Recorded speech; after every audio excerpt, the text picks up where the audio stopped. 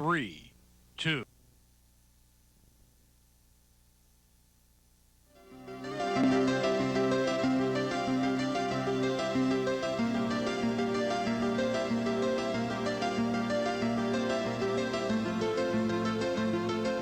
Welcome to Westchester Jewish Community Services. As a leading agency in providing a comprehensive spectrum of human services, we have been helping people since 1943. We serve all people in Westchester County, regardless of age, income, or ethnicity. We provide a wide variety of essential and dynamic services that make a difference in people's lives. Children, teens, adults, and senior citizens are served by our network of programs located throughout the county. When people come to us for assistance, they become part of the WJCS family.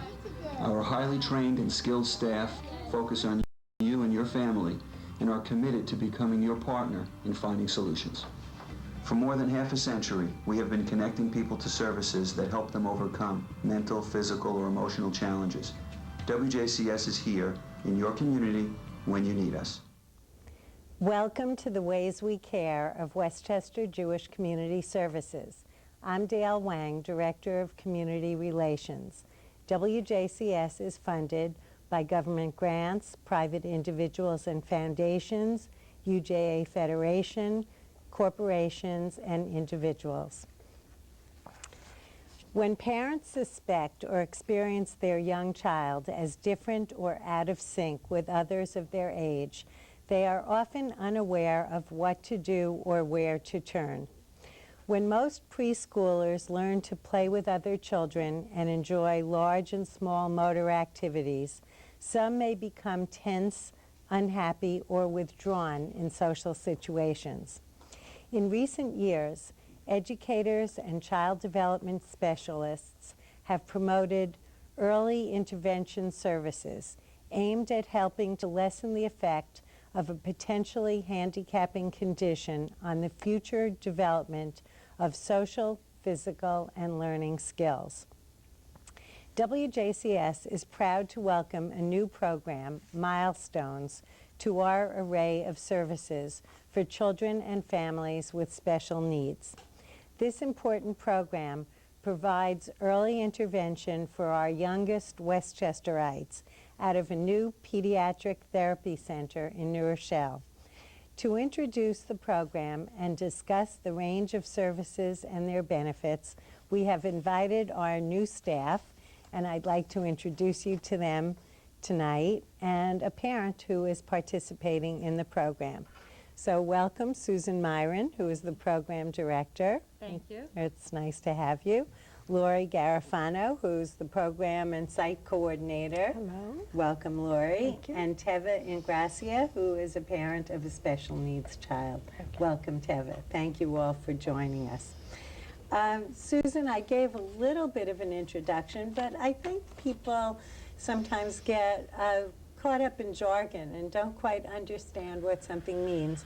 What is early intervention, and to whom does it apply?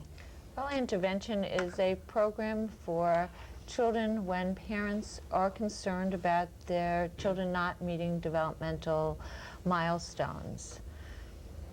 It is a program that parents can access there's a system called through the Westchester Department of Health where they're able to access the possibility of a referral for an evaluation if they have concerns about their child in terms of different areas of development, whether that's in their areas of communication, relating to other individuals, whether it's in their motor skills or their play skills.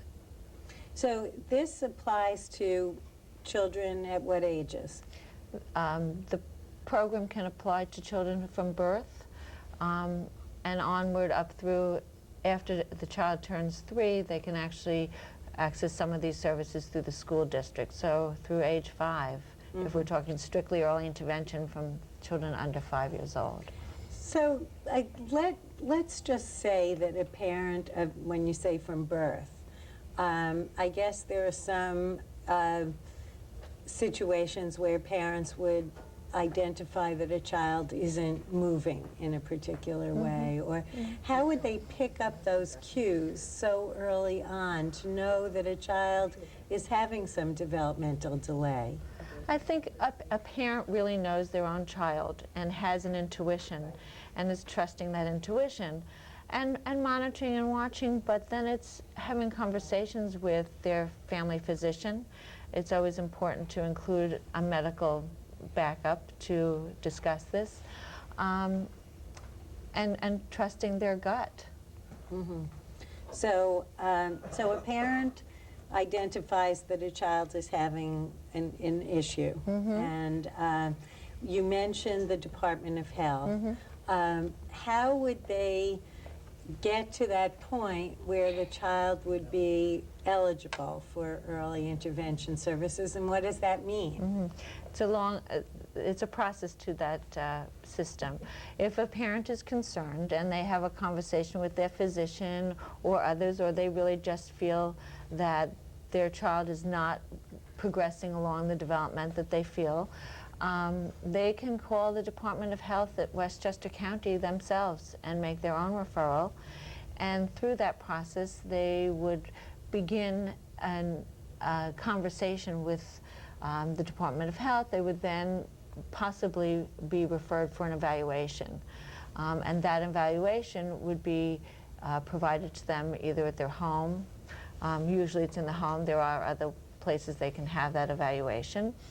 And the evaluation will look at different areas of development. They will look at the main area of development of concern for that parent. So if the parent is concerned, gee, my child's not babbling as much and really, or hasn't really said the first words, they're already 18 months old and they're not really using any words or maybe not making sounds, and they're very concerned about that, then a speech therapist would be part of that assessment.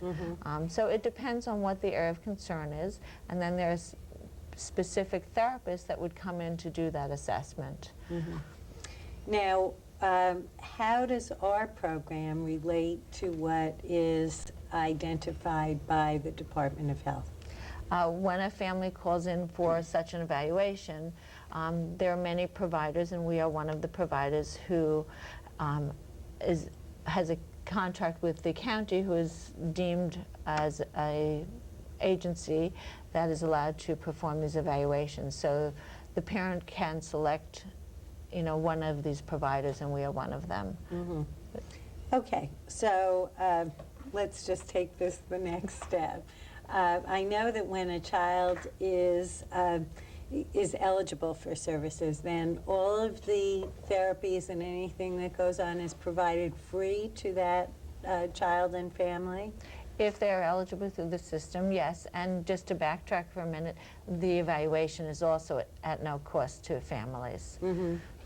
Okay, so whatever services then going forward are provided to the family free of charge if they are deemed eligible. As long as they're deemed eligible, and it's, yes. And that eligibility has nothing to do with the family's financial status or any other criteria other than the child's need? It's really the child's needs, and there is a strong criteria in terms of their development. There needs to be a certain level of delay that's really impacting their function. So there are some children that may go through this evaluation process and they may not be eligible, but they still may need some support and services, which a family then certainly can go through other mechanisms to get those supports. But through the early intervention system, if they are eligible, then yes, it would be at no cost, and it would be based on what the needs are. Okay, so I think that that's important for people to realize that if a child has significant delays that would qualify that child, it has no financial needs assessment. That's right. That has an impact on whether the services are available. Right. Okay, let's just move along a little bit. If we may, and maybe Laura, you want to talk to this as well. What's the nature of that initial evaluation that you would do, and how do you assess where those deficits might be? Well, I always like to ask the parent what their concerns are. I get a developmental history. We observe the child interact with the parent. We observe the child interact with toys.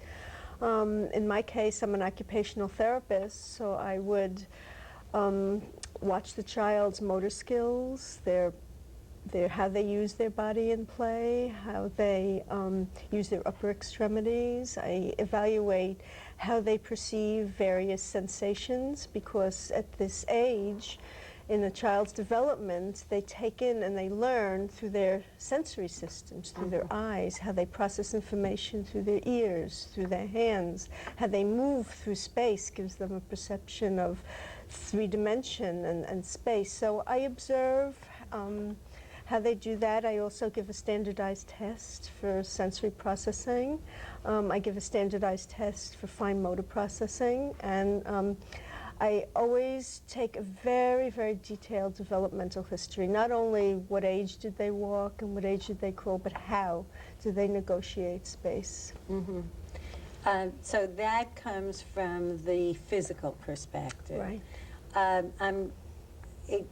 Just because in the past couple of weeks in the agency we've been talking about autism and autism spectrum disorders, and I'm wondering how some of those kinds of deficits are assessed and how you deal with that in a very young child. I mean, you're basically talking about children from 0 to 3 years old. Right. Well, as I said before, I really observe the child. I observe how they use joint attention, whether they can look at me, whether they answer to their name, how they play. Do they play creatively, or do they line things up? Do they interact with toys? Do they interact with their caregiver? How do they communicate? Sometimes children have speech, but they don't use it functionally. They don't communicate to their parents. They can't communicate their needs and their wants.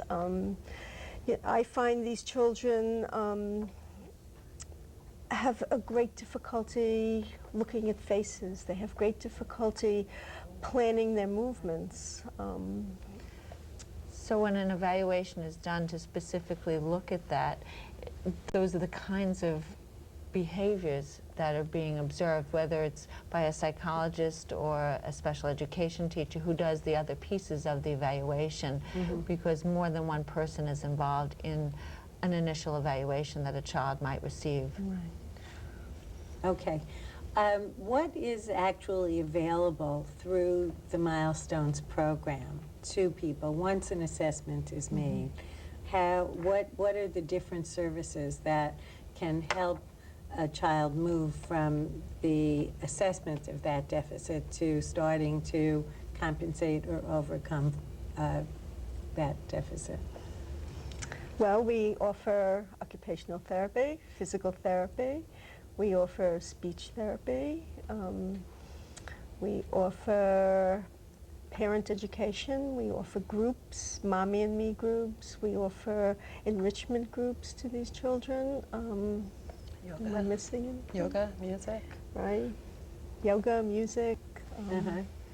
Okay, and all of that is offered on-site at the new therapy center in New Rochelle. Yes. In addition, we're doing some services in the home as well as in the nursery schools, because some of those settings are really where the child needs a lot of the help and the integration and the generalization of skills. So it's important to be able to provide the services there, which we are also able to do. So you can bring a therapist on site to a nursery school and work one-on-one with that child in that setting. Yes, and the other component of that is being able to work with the staff of the nursery school, because therapy is wonderful, but it is 1, 2, 3 times a week, and it's a very small part of the child's life. So it's really important to work with the other members that are part of this child's spokes in the wheel. So we believe in training and working with the teaching staff, as well, of course, the family. Okay, well, I'd like to get Teva into this because working with the family is certainly a significant part, especially with very young children. Teva, would you give us a little bit of history and Sure. how you have been affected? I have a son who is going to be 4 in January 8th. He's my only child, so I didn't really have any other children prior to him to gauge his development on. And he had some very odd behaviors that we thought were funny and cute when he was very young. I mean, he was an infant, 7 months old, and it was very, more physical stuff, self-stimulatory stuff, which we realized that's what it is now. We didn't know that's what it was then. And at about, he was very late to walk. He was very late in a lot of his major milestones, but he got there. The doctors didn't pick it up with him. So in our case, it wasn't the physicians. I mean, I actually brought some concerns to his doctor, and I was told, oh, a lot of kids do that for self-soothing, but he didn't ask the questions that I realize now, had he asked, would have kind of opened the door up a little bit to us really looking further. It was more, kids do that, not, Right. well, how often, when, for how long, you know. And I called early intervention, the Department of Health, when he was about 19 and a half months for an evaluation. And he was actually denied services at that initial evaluation. And I, in my gut, I just knew, like, I didn't even know what to ask for an evaluation. You know, it was OT, then special education, language. And they said, if you're still concerned when he's, in 6 months, call us back. And actually, when he turned 2, I picked up the phone and I called again and I said, I really need someone to, and this time, instead of having the therapist come into the house to do the evaluation, I brought him to a center. And thankfully, I brought a videotape of some of the behavior that I saw at home, but that he didn't do all the time. So when the people came in to evaluate him, he wasn't involved in that behavior. But when I showed the video to the person who was a physiatrist up at a hospital, and he was only there for a PT evaluation, and when I showed it to him, he said, I really think he should be seen by an occupational therapist who has experience in sensory integration, sensory training. He wasn't approved for the PT, but he was approved for the occupational therapy. So had I not brought that video with me, he still wouldn't have gotten any services. Turns out that Lori was his first therapist. And from there, I mean, at the age of 24 months and just getting occupational therapy, he ended up getting ABA, which is applied behavioral analysis. He ended up getting speech therapy, physical therapy, floor time therapy in a special education program in the morning, and with a diagnosis of autism spectrum disorder. So I think it is important that parents really do stick with, if they have a feeling about it, and even if they're being told no, to just be their child's advocate. Right. I think that that's great advice, and I'd like to come back to that. But I want to pick up on something too, Susan, because I think very often what Teva is describing, people often say things are developmental and you need to wait. How important is it? How does a parent know when something is not the normal development or won't be developing on a spectrum that is considered quote-unquote normal? It's a good question. And, it is so hard to know. And I think part of it is monitoring how often is it happening, how long is it going on for. And going back to, trusting that if it's been going on for a while and you don't see changes, children change, infants change. Every month you should see something new. And if you're not seeing that constant change of development and certain milestones of development, then you really need to, even though other people are saying, don't worry about it, you may need to move forward. I just wanted to interject something. It's not only the developmental milestones of sitting and rolling over and walking. It's how is a child able to self-regulate?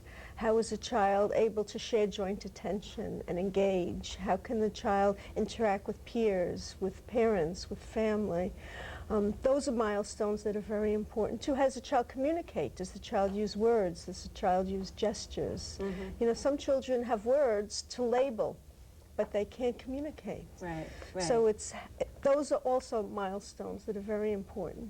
And they're actually doing a study, I think at Yale, of siblings of children with autism, and talking about autism particularly, at eye contact in infants, like infants as young as 2 months old, 3 months old. Are they making eye contact with their parents when their parents are calling their name? Right. You know, or they hear a loud noise? Are they looking over? Which is, you know. Right. And I guess what is so exciting about the early intervention program is that it really starts to address these differences at a much earlier stage. And I was reading in that lovely book that you gave me, The Out of Sync Child, about how if you address them because children develop so much more quickly at those stages, that it really makes an impact. A huge impact. So what do you teach a very young child, a 6-month-old? What are you teaching them? Well, I try to follow their interests and their lead, because nothing is more motivating than what they like to do.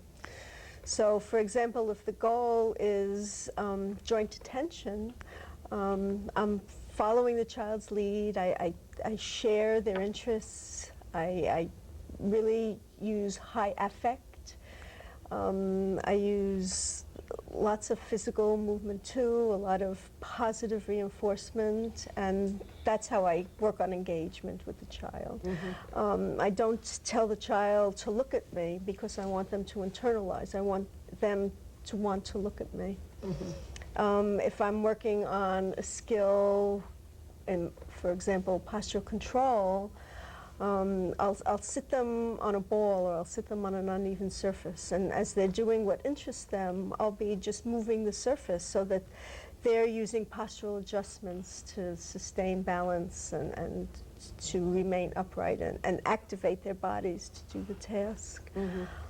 So you're actually teaching them to do things that might come normally to another child. Right, and I really try to respect the child. I try not to invade them. I try not to overwhelm them. I'm always very careful about keeping them in just the right state of self-regulation so that they can learn. I believe learning doesn't come from me imposing anything. It comes from me working with the child. Teva, what are the kinds of struggles that a family faces when they have a child with special needs?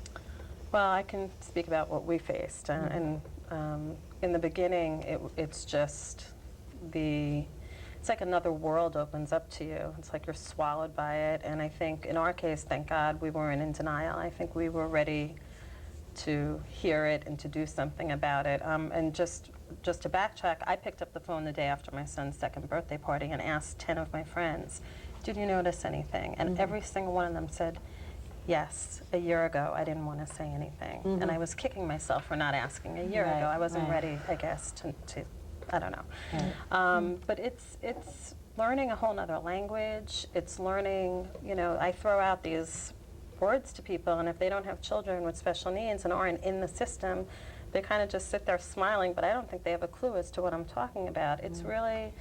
And I guess it's also learning to be an advocate, as you said, for your child. And, absolutely. How old is your son now? He'll be 4 in January, so he's a little over 3.5 years old. And what kinds of progress have you seen as a result of the therapies? He's a different child than him. I mean, yes, he's older, and I guess just developmentally, he's changed, but I don't know, I mean, I'm just going to plug early intervention. I don't know what we would have done without it. You know, we're not in the financial position to have gotten all this intervention on our own. And it saved him. You know, he was really a child who, thankfully, he's considered high functioning on the autism spectrum, but he was a kid who would walk into a room and not be interested in gym time with the other children and being involved in the activities. He would go over to the light switch and turn it on and off incessantly, or sit under an overhead fan and engage in self-stimulatory behavior and not be aware of people coming, going in and out of the room. And that wasn't getting better on its own. That wasn't changing. And now, I mean, his language has exploded. He's related. He's able to tell me he loves me and show affection. I mean, there are times when I can't really tell that, you know, if you looked at him, quick glance, you wouldn't know that he was any different from the kid sitting next to him in his preschool. And Laura, you must feel a tremendous sense of satisfaction having... He's an incredible experience for me, and he teaches me. He's very verbal. He can talk about his feelings. I could ask him why he's doing certain self-stimulatory behaviors, and he could tell me why, and it helps me also helping other children because he's such an incredible human being. And I think if I didn't really look at all the wonderful things about AJ and only looked at what he couldn't do and what was not normal about him, I don't think he would have ever gotten that far. But I always looked at the positive things and his strengths, and I worked towards his strengths. And he showed me that it really works when I do that. I also will add, and this is, I think, the direction that early intervention is kind of taking going forward, is for the therapist to really work with the family so that they can continue the work in the home, because 3 times 30, which is 3 times a week for 30 minutes, a therapist may be coming into the home to engage my child. When they leave, if I just get on the phone or go in the kitchen and leave him sitting there on his own, guess what? And it has not the follow-through. You know, that I it need really to needs learn to. from, I'm not going to ever be a, you know, registered OT. That's not my level of qualification, but I can learn and I can try to engage him in the ways that I pick up from watching, you know, the and therapist. parents really are their children's best and first teachers. So we only have 3 minutes left. I know you're going to be astounded to hear that. But, Susan, tell me how people get to Milestones and what is the process? What you can do for them. They can get to Milestones either through the early intervention system if they start off with an evaluation with us. They can, if they've already been through an evaluation, they certainly can call us for therapy services. And they can also just, you know, independently call us, you know, to gather information of what to do. So if a parent is out there who is suspecting that their child is not developing as they had expected, that they could give you a call. And would you give me your telephone number so that they can call you? 922-9333. Okay, that's easy. I just have to thank WJCS for stepping in and taking over when the center in Pelham was going to close. It was devastating to so many parents, and we did a petition and we tried to keep the center open. And there's such a need for a center like this because there's not that many in this area, and the ones that are there, you know, you can wait and wait and wait to have services provided, and every day that passes is time lost. So I just personally am so grateful. Well, thank you, and I thank all of you, and I hope that if there are parents out there who are struggling with this issue, that they'll be giving you a call. Again, that number is 922-9333. Thank you, Susan. Thank you, Gloria. And thank you so much, Teva, and best of luck to you with your son. If you would like further information about the early intervention program, Milestones, please give us a call or contact WJCS on the website, wjcs.com. Thank you and good night.